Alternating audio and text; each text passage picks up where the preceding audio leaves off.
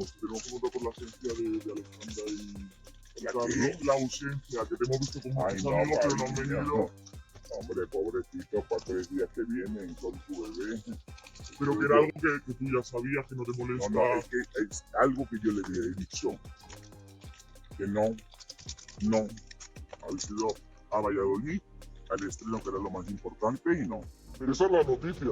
Ella dice, yo he estado tranquila en todo momento, pero es que perdóname, la cosa no va de que tú estés tranquila o no, la cosa va de la tranquilidad de tu padre. Igual tu padre está más tranquilo si os tiene a su lado, ¿no? Que una en la que estabas con tu abuela, otra en la que estabas con tu madre y con tu abuela, otra con tu madre, y no recuerdo ya cuál era la otra. Y ya está, y ya, eran como 4. Eran 3. ¿Son de esas? ¿Has cobrado algo? No. ¿Ni te han hecho un regalo? Sí. Yo no he vendido mi vida, ni lo voy a hacer. Novedades, test de embarazo. ¿Qué me estás hablando? Una noticia tuya que se te ha visto comprando test de embarazo en una farmacia. ¿Pero me lo estás diciendo en serio? Bueno, si os queréis todo lo que os cuentan, yo ya es que lo... Pero esto es en serio. Sería una noticia bonita y feliz. Oye, de verdad, o sea, yo ya no puedo más. Es que tienes que... Este 31 de julio ha dejado una estela de polémica y contradicciones en torno al clan Campos, especialmente alrededor de Alejandra Rubio. Lo que se esperaba que fuera una celebración artística y emotiva terminó por convertirse en un nuevo episodio de tensiones familiares expuestas al ojo público.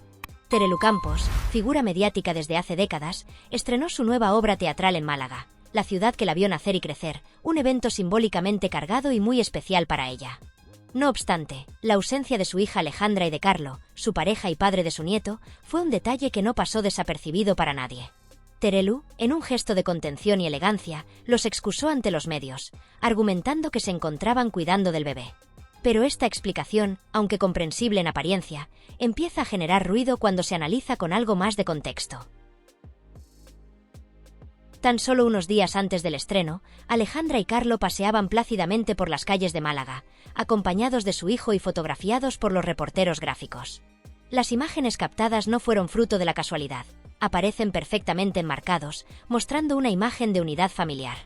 Resulta difícil de creer que desconocieran la presencia de fotógrafos, lo que lleva a pensar que esa exposición pública estaba, al menos en parte, consentida. Lo llamativo es que, habiendo estado presentes en Málaga y apareciendo juntos en momentos de ocio, decidieran ausentarse del estreno teatral de Terelu, uno de los acontecimientos más relevantes de su vida profesional reciente. Este detalle, aparentemente menor, adquiere otra dimensión si se conecta con una serie de declaraciones y episodios pasados que forman parte del historial público de Alejandra Rubio. En 2020, cuando comenzaba a dar sus primeros pasos en el mundo de la televisión, Alejandra participó en el programa Viva la Vida y protagonizó una entrevista en la que, visiblemente emocionada, reconocía sentirse responsable por haber abandonado el domicilio materno justo cuando a Terelu se le diagnosticó por segunda vez un cáncer de mama. En ese momento, ya era mayor de edad y tomó la decisión de mudarse con su pareja sentimental. Alejandra explicó, entre lágrimas, que no supo gestionar aquella situación y que, si pudiera volver atrás, quizás habría actuado de otra forma. Declaraciones como "no estuve a la altura y debí haber esperado", dadas las circunstancias, quedaron registradas en la hemeroteca y revelan una etapa de distanciamiento emocional que dejó una huella profunda en su entorno familiar. Terelu, que intervino en directo durante esa emisión, trató de suavizar la carga emocional del relato diciendo que, en algunos momentos, incluso le vino bien estar sola para no tener que disimular su sufrimiento delante de su hija. Pero, aún así, el mensaje fue claro. Alejandra no acompañó a su madre en un momento de extrema vulnerabilidad. Esta parte del pasado cobra relevancia ahora, sobre todo porque hace apenas unas jornadas Alejandra criticó públicamente a Chayo Moedano por no estar al lado de su padre, Amador Moedano, mientras éste se encontraba ingresado en un hospital. Su tono fue firme, y su mensaje contundente, como si tuviera plena autoridad para emitir ese tipo de juicios. Sin embargo, resulta cuanto menos paradójico que quien en su día abandonó a su madre durante una enfermedad tan delicada, ahora se permita reprochar comportamientos similares en otros. La hemeroteca, siempre implacable, devuelve a la actualidad los silencios y contradicciones del pasado, desarmando cualquier intento de erigirse como figura moral. Pero esta no es la única incoherencia que rodea a Alejandra Rubio. Durante años ha sostenido en entrevistas que nunca ha comercializado con su vida privada, que no ha cobrado por entrevistas ni exclusivas, y que, de haber participado en portadas, lo ha hecho únicamente por compromiso o porque le han ofrecido algún obsequio simbólico. No obstante, los hechos desmienten esa narrativa.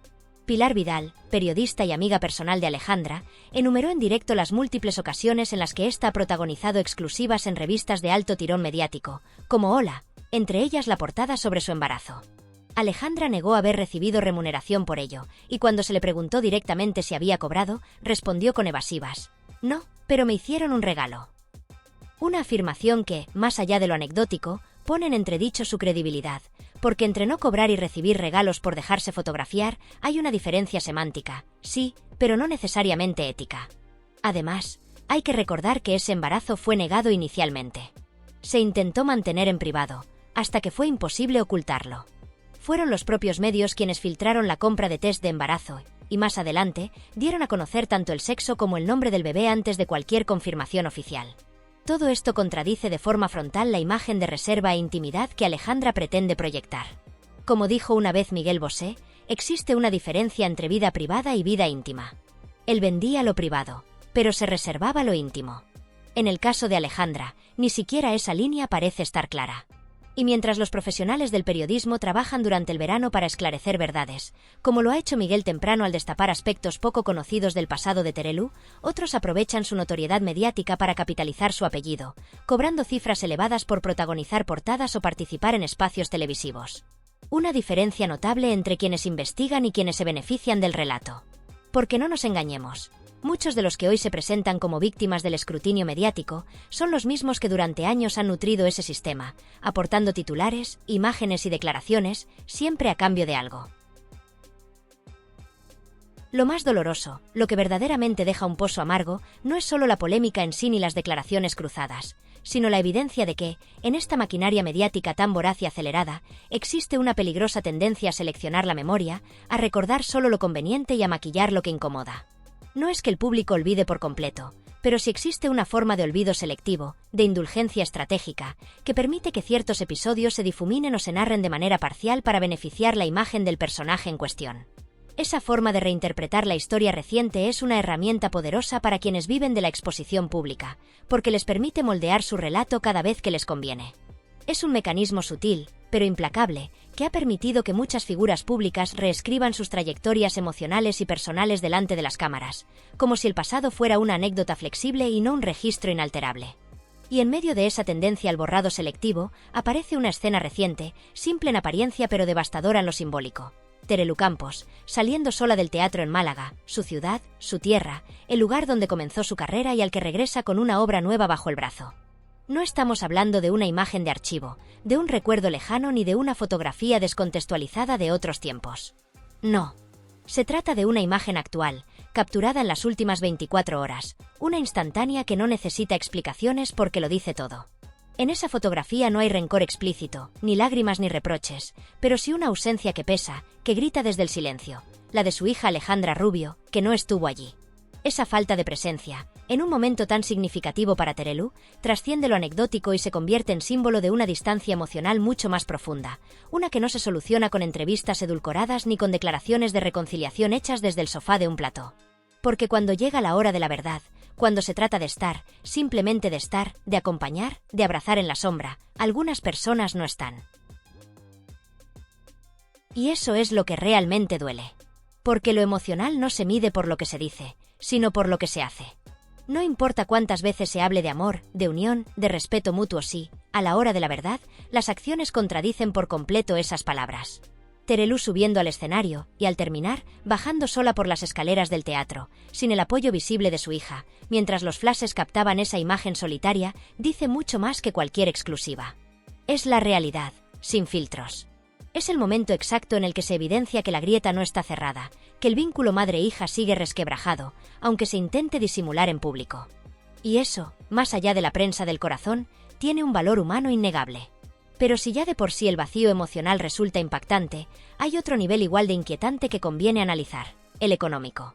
Alejandra Rubio ha repetido, una y otra vez, con tono tajante, que no quiere que se la mezcle con lo que haga Carlo, su pareja, ni con las decisiones de su entorno familiar. Ha intentado establecer una línea divisoria entre lo que hacen los demás y lo que hace ella, como si su vida existiera en una burbuja independiente, libre de conexiones o dependencias. Pero lo cierto es que esa separación, por más que se verbalice, no se sostiene cuando se mira la realidad. Alejandra no solo comparte un hogar con Carlo, sino que también tienen un hijo en común, y cualquier movimiento mediático que él haga, ya sea vender una exclusiva, aparecer en una entrevista o protagonizar una portada, repercute directa o indirectamente en la economía del núcleo familiar. Negarlo es absurdo, incluso irresponsable, porque lo económico en una familia no es una isla, es un flujo compartido. Lo curioso es que cuando se le plantea esta contradicción, Alejandra responde con evasivas, incomodidad o directamente cambia de tema. Prefiere no reconocer lo evidente. Intenta desmarcarse, como si fuese posible vivir de espaldas a lo que sucede dentro de su propia casa. Pero eso no es coherencia, eso es incongruencia. Porque si Carlo cobra por hablar de su vida personal, y tú compartes esa vida, lo que él gane afecta al entorno que ambos habitan. Y si ese dinero repercute en el bienestar de tu hijo, entonces no puedes fingir que no tiene nada que ver contigo. No puedes aprovechar las ventajas cuando conviene y luego lavarte las manos cuando hay que asumir responsabilidades. No puedes estar dentro y fuera al mismo tiempo. Esa doble moral también se hace evidente en el tratamiento que Alejandra ha dado a su propia vida privada. Durante años ha defendido, casi como un lema, que no vende su intimidad, que no cobra por contar sus cosas, que no participa en el juego de las exclusivas. Y sin embargo, ha protagonizado portadas en revistas como Hola, en las que se abordaban, con lujo de detalles, aspectos íntimos como su embarazo, el sexo de su bebé, incluso momentos familiares con su abuela y su madre. Ha posado para sesiones cuidadosamente diseñadas que, lejos de ser fruto del azar, responden a estrategias de imagen y promoción personal. Cuando se le ha preguntado si ha cobrado por esas apariciones, ha dicho que no, que simplemente le han hecho un regalo. Pero entre que te paguen con dinero y que te recompensen con obsequios caros, la diferencia no es tan grande como parece. Porque lo importante no es el formato del pago, sino el hecho de que existe una contraprestación. Si posas para una revista y recibes algo a cambio, no puedes decir que lo has hecho por amor al arte. Y aquí es donde entra, como un cuchillo afilado, la hemeroteca. Porque la hemeroteca es esa memoria sin corazón que todo lo guarda, todo lo archiva, todo lo reproduce cuando es necesario. No olvida, no omite, no suaviza. Las declaraciones hechas hace 3, 4 o 5 años, ahí están. Las lágrimas derramadas en un plató, los titulares grandilocuentes, las frases de arrepentimiento o de defensa airada, todo queda. Y cuando el presente entra en conflicto con aquel pasado, la hemeroteca regresa con fuerza, como una ola que arrasa con las fachadas cuidadosamente construidas. Por eso resulta tan arriesgado jugar con la narrativa personal en televisión, porque lo dicho queda grabado. Y lo que hoy se pretende negar, ya fue afirmado con rotundidad años atrás. Así que cuando ayer Terelu salía sola del teatro y las cámaras lo captaban, no era solo la imagen de una madre sin el respaldo de su hija. Era también la constatación visual de una larga cadena de contradicciones, de incoherencias, de declaraciones que no se sostienen, de una historia familiar que, por mucho que se intente embellecer, sigue mostrando sus fracturas más dolorosas. Era, en definitiva, el resultado de años de decisiones mediáticas, de exclusivas selectivas, de presencias intermitentes y de ausencias que duelen. Porque las palabras pesan, sobre todo cuando se dicen en televisión. Porque las lágrimas, cuando se repiten sin consecuencia, pierden valor. Porque la verdad, cuando se oculta tantas veces, termina por estallar. Y eso es lo que ha ocurrido. Un simple estreno teatral ha servido de espejo. Un reflejo implacable de lo que realmente sucede entre bambalinas. Una noche que debía ser de celebración se transformó en un escenario silencioso donde cada ausencia hablaba más que cualquier discurso. No hubo gritos. No hubo reproches públicos. Solo una imagen, una madre saliendo sola de su propia obra en su ciudad, mientras su hija, que días antes paseaba por las mismas calles acompañada de fotógrafos, decidía no estar. Esa es la realidad. Y ante esa realidad, no hay excusas. No hay justificaciones que valgan. Porque cuando uno decide vivir de lo que cuenta, debe estar dispuesto a enfrentarse a lo que no se puede esconder. Y eso, precisamente, es lo que la hemeroteca siempre se encarga de recordar. Sin filtros. Sin adornos. Sin matices. Resulta casi irónico pensar que alguien, después de haber negado categóricamente durante tanto tiempo un asunto tan delicado, pueda verse ahora envuelta en una situación tan reveladora y difícil de disimular. Porque lo cierto es que no hay gesto más íntimo ni más elocuente que ser sorprendida adquiriendo una prueba de embarazo en una farmacia. Es un acto privado, íntimo y revelador. Sin embargo, Lo que hace que todo esto adquiera tintes de comedia amarga es que esa misma persona, que durante semanas se ha esforzado en desacreditar rumores, que ha alzado la voz para llamar mentirosos a quienes difundían ciertas noticias, ahora se enfrenta a una imagen innegable. Porque sí, hay imágenes. Hay grabaciones. Y pese a todo, ella opta por seguir haciendo como si nada. Se presenta con una sonrisa ensayada, con una actitud calculadamente ingenua, como si todo esto fuera una coincidencia, como si nunca hubiese pactado una exclusiva con ninguna revista. Y sin embargo, ahí está. Las cámaras la captaron, las fuentes son fiables y el público no es ingenuo. Se ha confirmado que Alejandra fue vista en una botica, adquiriendo un test que difícilmente se compra por mera curiosidad. La reacción no se ha hecho esperar. Los medios lo han recogido con avidez, y los presentadores de programas de entretenimiento se han visto obligados a mencionar lo evidente. Carlos, sin ir más lejos, no podía ocultar su asombro cuando fue consultado. Su respuesta, a medio camino entre la incredulidad y la resignación, reflejaba el hartazgo de quien ya ha tenido que justificar demasiadas veces lo injustificable. ¿Es en serio?, preguntaba uno. ¿No es acaso esta la misma persona que juraba que jamás expondría su intimidad? Lo paradójico es que Alejandra ha pasado de aborrecer la exposición mediática a saber explotarla con maestría. Tiempo atrás afirmaba que jamás mercantilizaría su vida personal, que su privacidad era sagrada. Hoy, sin embargo, se le escucha decir, sin rodeos, que prefiere embolsarse ella el dinero antes de que lo haga otro. Ha asumido, con absoluta naturalidad, que esto es un negocio. Que lo que vende es su entorno, sus dramas, su familia. Y así lo ha demostrado. Porque si hay algo que genera titulares en el universo de los campos, son las lágrimas, las enfermedades, las pérdidas y las contradicciones constantes. Y esto no es nuevo. Lo hemos visto antes. Terelu, sin ir más lejos, ha protagonizado reportajes que rozan lo surrealista. Retocada hasta el límite del reconocimiento, maquillada con una precisión quirúrgica, vestida con trajes de baño imposibles, embutida en bikinis que parecen más una armadura que una prenda veraniega, y presentada como si el tiempo no hubiera pasado por ella. Pero claro, la diferencia entre lo que aparece en la portada de una revista y lo que se ve en la televisión diaria es abismal. Porque la audiencia, por más que intenten tomarla por ingenua, tiene ojos. Y los ve. Los compara. Y se da cuenta de que algo no cuadra. Las imágenes digitales la muestran rejuvenecida, con unos brazos de muñeca de porcelana, una piel sin imperfecciones, una figura que ni siquiera su juventud recordaría. Pero luego, en los platós, aparece la Terelu real. La que se mueve con lentitud, la que se queja del calor, la que muestra el paso del tiempo en cada gesto. Y entonces uno se pregunta, ¿por qué tanto esfuerzo por fingir? Porque eso es lo que parece. Un esfuerzo constante por mantener una ilusión, una imagen que no corresponde con la realidad. Y lo más triste es que muchos siguen comprando la revista, siguen consumiendo esa ficción con devoción, como si no supieran que detrás hay retoque, hay estrategia, hay negocio. Las cifras son escandalosas. 10.000, 15.000, incluso 30.000 euros por unas cuantas fotos. Y aún así, se sienten nuevas. Renovadas. Como si con ese dinero se comprara también la juventud perdida. Pero claro, detrás de esa portada perfecta, hay un equipo de estilistas, maquilladores, fotógrafos y, sobre todo, editores gráficos que se encargan de eliminar todo rastro de humanidad. Porque ya lo dijo uno de ellos, yo puedo hacer magia con el Photoshop, pero milagros no.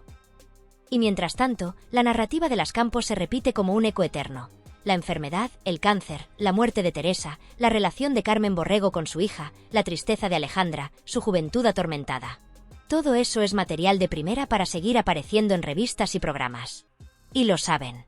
Saben que si falta uno de esos ingredientes, la exclusiva pierde valor. Por eso los reciclan una y otra vez. Como si no se pudiera hablar de otra cosa. Alejandra, en particular, ha sido objeto de numerosos debates y controversias debido a la ambigüedad calculada con la que gestiona su imagen pública. Su figura encarna una dualidad desconcertante que desconcierta a la audiencia y divide a la opinión pública. Por un lado, se presenta con insistencia como periodista, como una comunicadora profesional que merece ocupar un espacio legítimo en los medios de comunicación. Presume de haber crecido en los platós, de conocer el medio desde dentro, de saber cómo funciona el engranaje televisivo porque lo ha vivido desde la cuna. Pero esa supuesta familiaridad con el medio no se traduce en una formación reglada ni en una carrera construida sobre la base del mérito académico o la experiencia profesional reconocida. Lo cierto es que Alejandra no ha querido nunca obtener el carné oficial de periodista, ni tampoco ha mostrado intención real de someterse a las exigencias que implica ejercer esa profesión con responsabilidad y compromiso ético. Y lo más revelador no es solo su rechazo voluntario a adquirir esa acreditación, sino el hecho, confirmado y documentado, de que su propia madre intervino activamente para impedir que se lo concedieran. Esa intervención no fue casual ni anecdótica. Fue una maniobra calculada para proteger a su hija del aluvión de críticas que, según sus propias palabras, habría caído sobre ella si el público descubriese que se le estaba otorgando una legitimidad profesional que no le correspondía.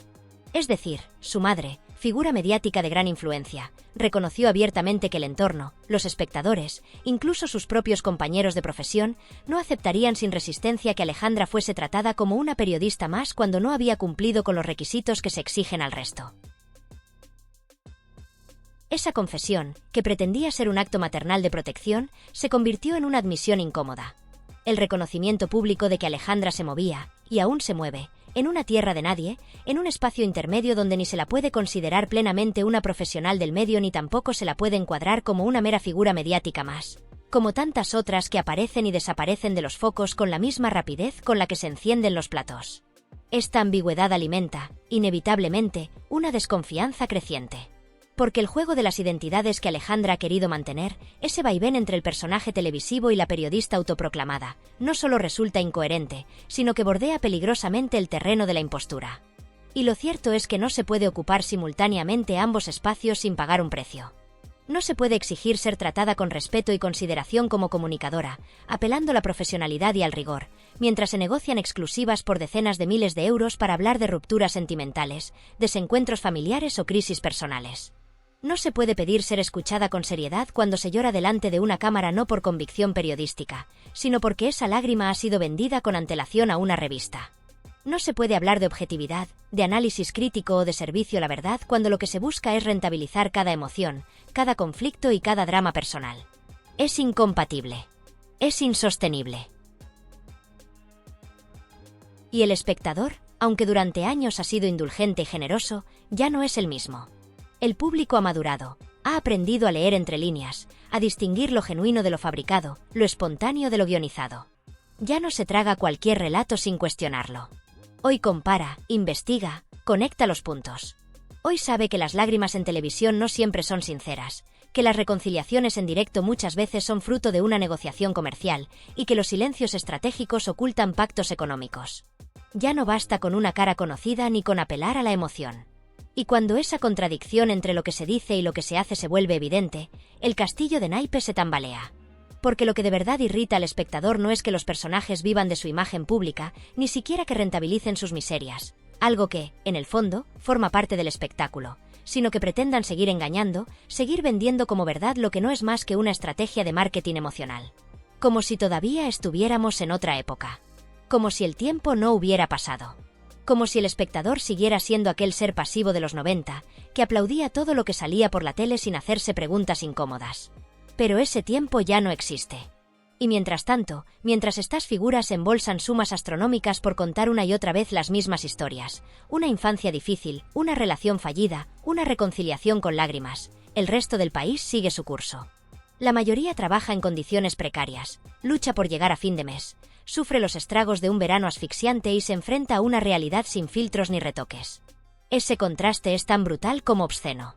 Mientras una parte de la población se levanta cada día a las 6 de la mañana para trabajar 8 horas por 1.000 euros, las protagonistas de las portadas se pasean por programas y revistas hablando de lo difícil que es ser famosa, de lo duro que es vivir con el foco mediático encima, mientras lucen vestidos de diseño y disfrutan de vacaciones en lugares paradisíacos. Y no lo hacen gratis. Cada entrevista se cobra. Cada aparición tiene una tarifa. Cada nuevo episodio familiar con potencial dramático se convierte en una oportunidad de negocio. Porque en ese universo mediático, todo se puede monetizar. Una enfermedad, un duelo, una bronca, una maternidad. Todo vale si se traduce en visibilidad.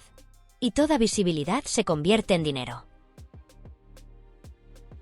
Así seguimos, atrapados en una espiral donde lo personal ha dejado de ser íntimo para convertirse en moneda de cambio. Donde los sentimientos se graban, se editan, se venden. Donde el sufrimiento se convierte en contenido, y la autenticidad es reemplazada por la rentabilidad. Se construyen relatos con trozos de verdad, decorados con mentiras piadosas, y barnizados con una capa de marketing emocional que lo disfraza todo de espontaneidad. Mientras algunos verdaderamente sienten, otros calculan cuántos ceros puede añadir una confesión en prime time. Y al final, todo gira en torno a lo mismo: mantener la atención, seguir en boca de todos, no desaparecer. Ser noticia, aunque sea a costa de la coherencia, de la dignidad o del respeto ajeno. Porque en esta industria, lo que no se cuenta no existe, y lo que se olvida no se cobra.